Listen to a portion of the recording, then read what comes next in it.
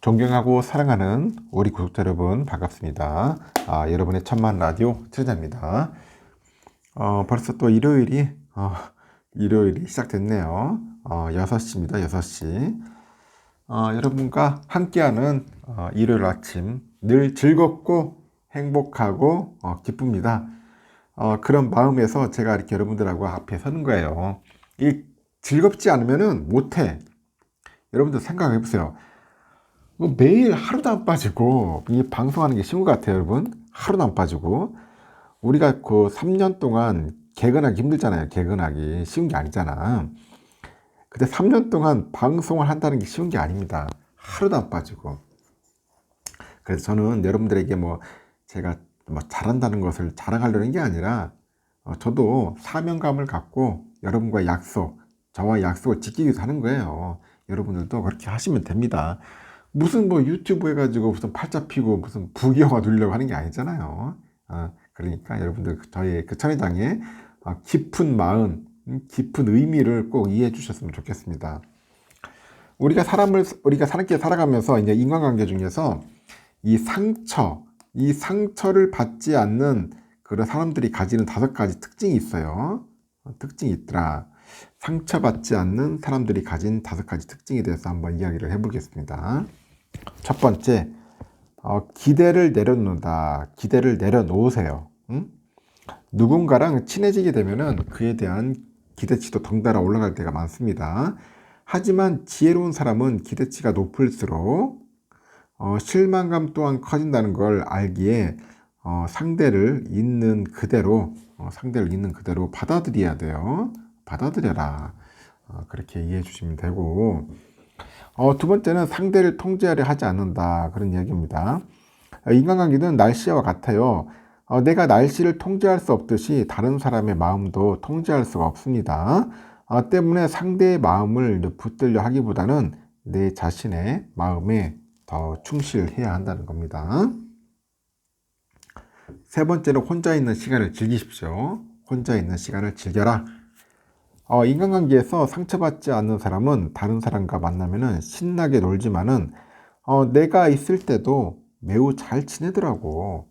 타인에게 의지하거나 집착하는 관계는 오히려 나에게 해가 된다는 것을 잘 알고 있기 때문이라는 거죠.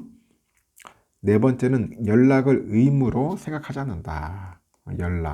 의무로 생각하지 않는다.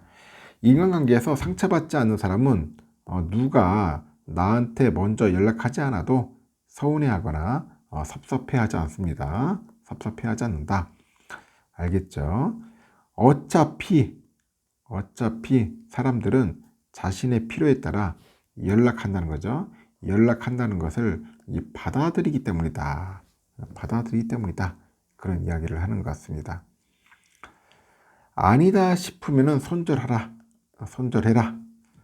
초등학교 친구나 10년 친구, 동네 친구 등 오래 함께 했기 때문에 이게 습관처럼 만나는 관계가 있다. 하지만 함께한 시간의 길이가 관계의 깊이를 보장하는 것은 아니라고 하네요. 그래서 나에게 은근히 계속 스트레스를 주는 사이라면은 과감하게 손절하라고 합니다. 그래서 인간관계에서 가장 중요한 것은 매달리지 않는 거예요. 매달리지 마라. 매달리지 않는 거다. 이 관계에 매달리게 되면은 혼자 있는 시간을 견디지 못해가지고 나 자신을 더욱 고립시키고 맙니다. 알겠죠? 매달리지 마십시오. 알겠습니까? 나와 인연이 아닌 사람은 아무리 애원해도 떠나게 돼 있어요. 이게 시절 인연이야. 갈 사람 가는 거야. 올 사람 오는 거고. 나와 인연이 될 사람은 어떻게든 내 곁에 남게 있더라. 그래서 내 자신을 더 아껴주고 사랑해주는 것이야말로 인간관계에서 상처받지 않는 최고의 비결이더라. 알겠습니까? 내 자신을 더욱더 아껴주고 사랑해주라는 겁니다. 인간관계에서 상처받지 않는 최고의 비결입니다. 알겠습니까? 그러면은 또 삼성의 이야기를 또 한번 하도록 하겠습니다. 삼성전자 신나게 이해하는데 삼성전자에는 여러 사업부가 있어요. 여러 사업부가 있는데 스마트폰을 담당하는 MX 사업부가 있고 D램 같은 메모리 반도체를 개발 생산하는 메모리 사업부가 있어요. 메모리 사업부가 있는데 삼성전자 지붕 아래 있지만은 각 사업부는 독립 회사처럼 움직입니다. 이렇게 사업부들은 다양한 거래 관계로 엮여 있고요. 예컨대 이 MX 사업부는 스마트폰용 반도체를 개발을 하고 이 판매하는 그 시스템 LS 사업부죠. 시스템 LS 사업부의 주요 고객입니다. 주요 고객이고요. 갑을 관계도 명확하더라고요. 이렇게 시스템 LS의 사업부 임원들이 MX 사업부 임원들과 만날 때 일부러 MX 사업부의 대표적인 스마트폰인 갤럭시죠. 이 갤럭시와 같은 브랜드의 와인을 사간 적도 있다. 그렇게 이야기를 하네요. 이 같은 삼성전자 명함을 갖고 다닌다고 해서 거래 때 물에 물 탄 듯 술에 물 탄 듯 물에 물 탄 듯 술에 술 탄 듯 좋은 게 좋은 것 같은 말은 안 통한다고 하더라고요. 이 사업부 대표 제품의 경쟁력을 높이기 위해서 그 사업부의 부품 대신에 외부의 경쟁사 부품을 갖다 쓰는 사례도 적지 않더라고. 그 MX죠. 이 MX 사업부가 올해 출시한 프리미엄 스마트폰 갤럭시 S23에 시스템 LS 사업부의 모바일 AP 엑시노스를 채택하지 않은 것이 대표적인 사례입니다. 그래서 S23에는 시스템 LS의 사업부의 경쟁사인 그 퀄컴 스냅드래곤이 있었어. 그러니까 자사 제품을 안 쓰는 거야. 안 좋으면 안 써버립니다. 이렇게 관심사는 내년 출시 예정인 갤럭시 S24에 삼성전자 시스템 LS 사업부에 그 엑시노스 AP가 들어갈지가 여부예요. 최근에 반도체 업계에서 보니까 S24에는 일부 물량이라도 탑재될 가능성이 크다고 하는데 그리고 관측도 우세하고 이 S24의 퀄컴 스냅드래곤하고 삼성 엑시노스를 동시에 활용하는 방안을 추진 중이라고 합니다. 이렇게 과거에도 삼성은 유럽의 중남미 판매 모델은 엑시노스, 미국과 중국 때는 스냅드래곤을 쓰는 식으로 공동 채택 전략을 썼습니다.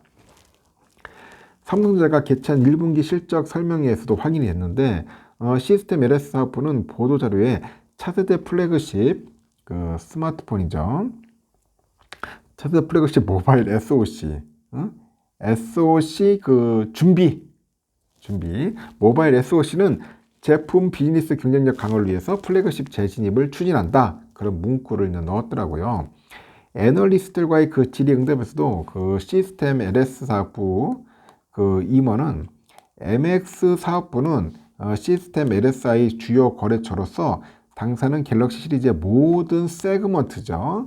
이 세그먼트에 적용할 수 있는 제품 라인업을 갖추고 사업 전개를 목표로 하고 있다고 합니다.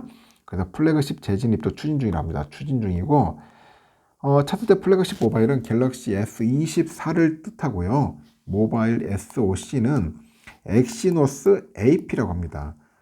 갤럭시 S24의 엑시노스를 다시 공급하는 방안을 추진 중이라고 그렇게 하는 이야기도 있는데 갑이 아니고 그 을인 시스템 LS 사업부가 그 갑인 MX 사업부를 앞에 두고 플래그십 재진입 추진 같은 이야기를 꺼내는 것은 이례적인데요.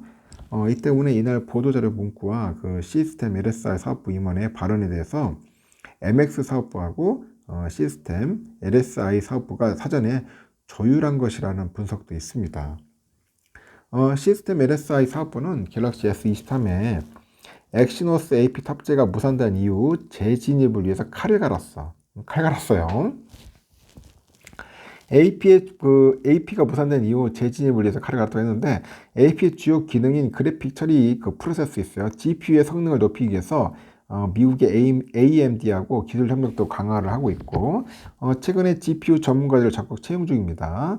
그리고 해외 반도체 성능 테스트 전문 사이트에서는 갤럭시 S24에 들어가게 될 엑시노스 2400의 그런 성능이 경쟁업체 그 칩보다 우수하다는 내용이 지금 현재 올라오기도 합니다.